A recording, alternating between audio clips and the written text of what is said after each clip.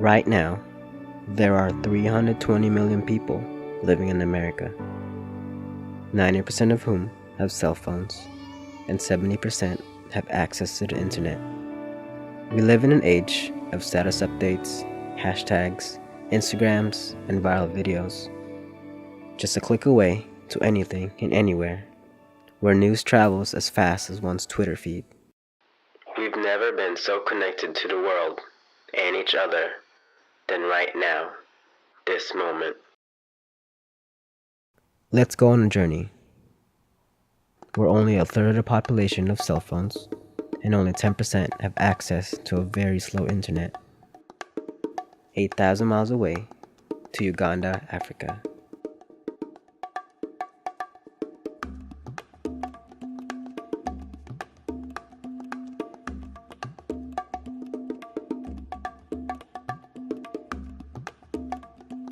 Uganda is the leading country with the youngest population in the world.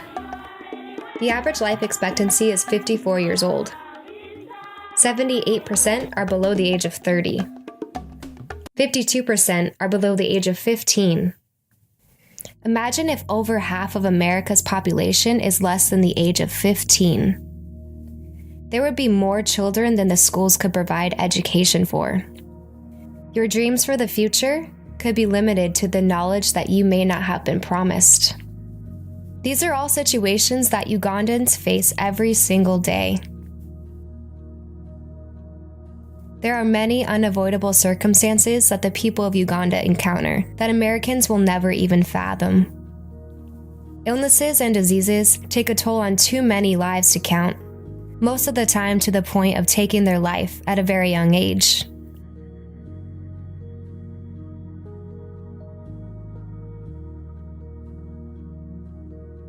Being that Uganda is the leading country with the youngest population in the world, their nation is filled with young people hungry for a future. Young people are like clay. They are easy to mold and transform into what we want the world to be like years from now.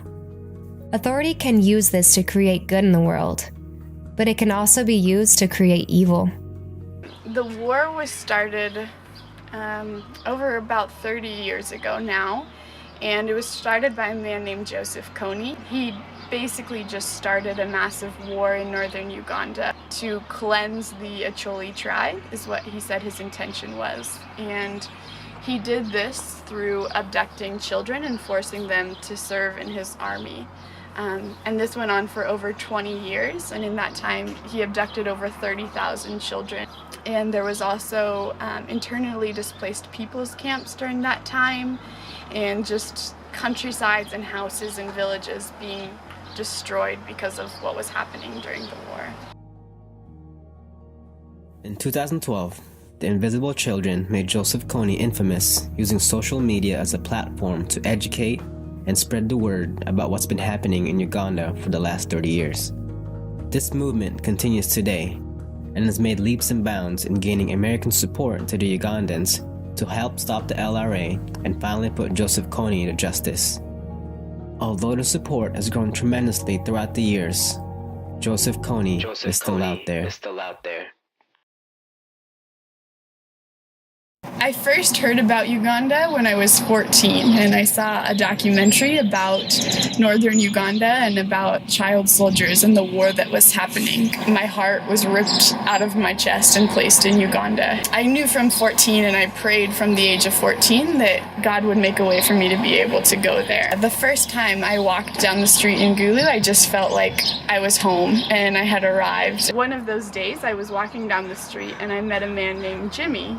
And at the time, Jimmy had about 27 kids that he was training in African music and dance. And with their performances, he was helping to pay for their school fees. So Jimmy and I just started to talk and dream together about how we could work together and partner for working in Uganda. Through that process, we ended up starting Soldiers of Christ Ministry, and we've been doing that since 2009. And so now I'm currently in school in Seattle studying counseling psychology because we want to use dance as therapy to help rebuild and reconstruct the community after over 20 years of war. do you think dance started? Oh, that's a good question. Man, I think it started because... I feel like it started when someone felt that they couldn't communicate to another person about how they felt. When people wanted to express themselves without using their words. Something like that. I don't think it was planned, just by accident. Kind of like a natural thing. I don't know. I dance because it makes me feel good. I dance because it's my voice. Makes me feel alive. Because it's in my blood. Because I love to share music. Makes me feel free. Like an escape from everything else. Because it makes me work hard at something I love to do. It keeps me going. Make other people happy. Because I just can't stop dancing. It's an outlet of expression and it makes me happy. Simply just because I love it. It gives me a reason to keep going even though things get worse. When I dance, I feel a sense of release. I feel freedom. I feel that I can get out of my normal life, my normal lifestyle, my normal personality, and I can be somebody else for a moment. I can experience different emotions depending on what the dance calls for. There's no pressure. There's no guidelines. When I dance, I feel like letting things go. When I dance, I don't feel held back. I don't feel held back by any emotion. I don't feel held back by any of my pains or my struggles or how bad my days is. It's almost like a different person that's not tied to anything. It's not tied to any language, any barriers. It's almost like you're a superhero. You almost feel untouchable when you're dancing, even for that brief 8 count, even for that brief 20 seconds that you're dancing or a minute, you feel like you're unstoppable.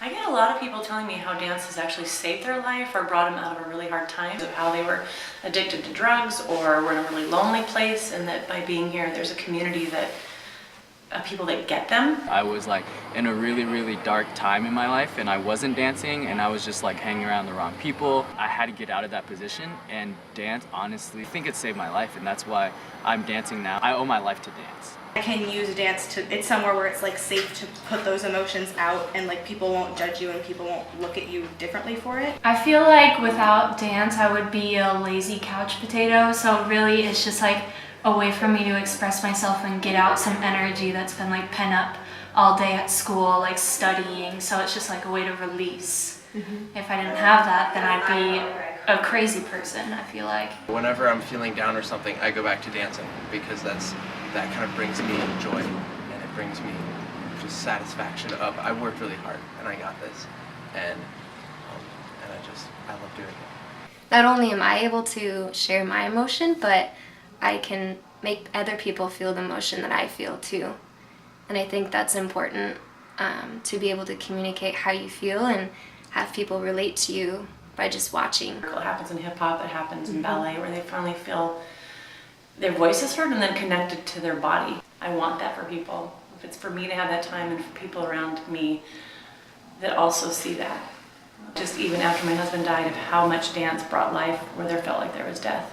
Even though we couldn't speak words sometimes, to be in a room dancing without words, to be able to grieve and to be able to celebrate and be able to feel support. I knew that I had my own mindset and my own Western ideology and thinking about what needed to take place, but I really wanted to hear from the people in the culture and the community what they thought the biggest needs were. And almost everybody I talked to said that their biggest need was to have counseling. They said that even with the provision for education, the children weren't performing well in school because there was so much trauma that they hadn't worked through, and it was hard for them to be able to sit in class and to see the value in education and in their future when their past seemed so difficult and so dark. We're just there to help the people with whatever they need. It's just making connections, hugging someone, holding someone's hand, just being a friend to them, knowing that they have people over here that they might not even know that cares for them, that loves them already, and that feels for them, that feels for the loss, that feels for their pain, that's showing them that there is hope after loss, there is hope after grieving, there is hope after all the pains in the life that's been given to you, and that it's important to not dwell on those pains and not dwell on those struggles. There is the light after that darkness, after that struggles. There is hope. There is salvation. There is a light. That's the beauty of God using my story, and then it matters, and all those tears mattered, and all that pain mattered. Yeah, this is good. This is really cute. And that when you see someone get it, that their life and their story matters, and their pain is not just for their own, but that they can use that for someone else. Yeah, that's where I go, this is my sweet spot. That's why I'm here. This is why I'm here, yeah. That's why that happened. Yeah. Each of us is a God-given gift, a talent, a passion, love, something that makes us who we are, makes us whole, gives us purpose, gives us life, a way to release, express, and share what's inside us. In our case, our gift is the art of dance. I'm coming home for you. This summer, that passion will take us to Uganda, Africa, to speak through art, serve those in need, and build relationships rooted in faith and love. We plan to provide a dance ministry to encourage healing for those who have experienced trauma, as well as being available for any other needs of the people. In this world, conflict is inevitable. We figured that if we can't stop the war, we can use our God-given gifts to help in other ways. Helping and providing aid for them is just as important as putting an end to the war. This is where our story begins. This is where we make a difference. If you spend yourselves in behalf of the hungry and satisfy the needs of the oppressed, then your light will rise in the darkness, and your night will become like noonday. If one person has the power to enable destruction, then one person has the power to enable restoration. I'm that person. I am that person. I am that person. I am that person. that person is you. That person is you. That person is you. That person is you. That person is you. Support. Educate. Share. Participate. Contribute. Donate. It doesn't have to be dance, and it doesn't have to be in Africa. You can make a difference now, helping your local community.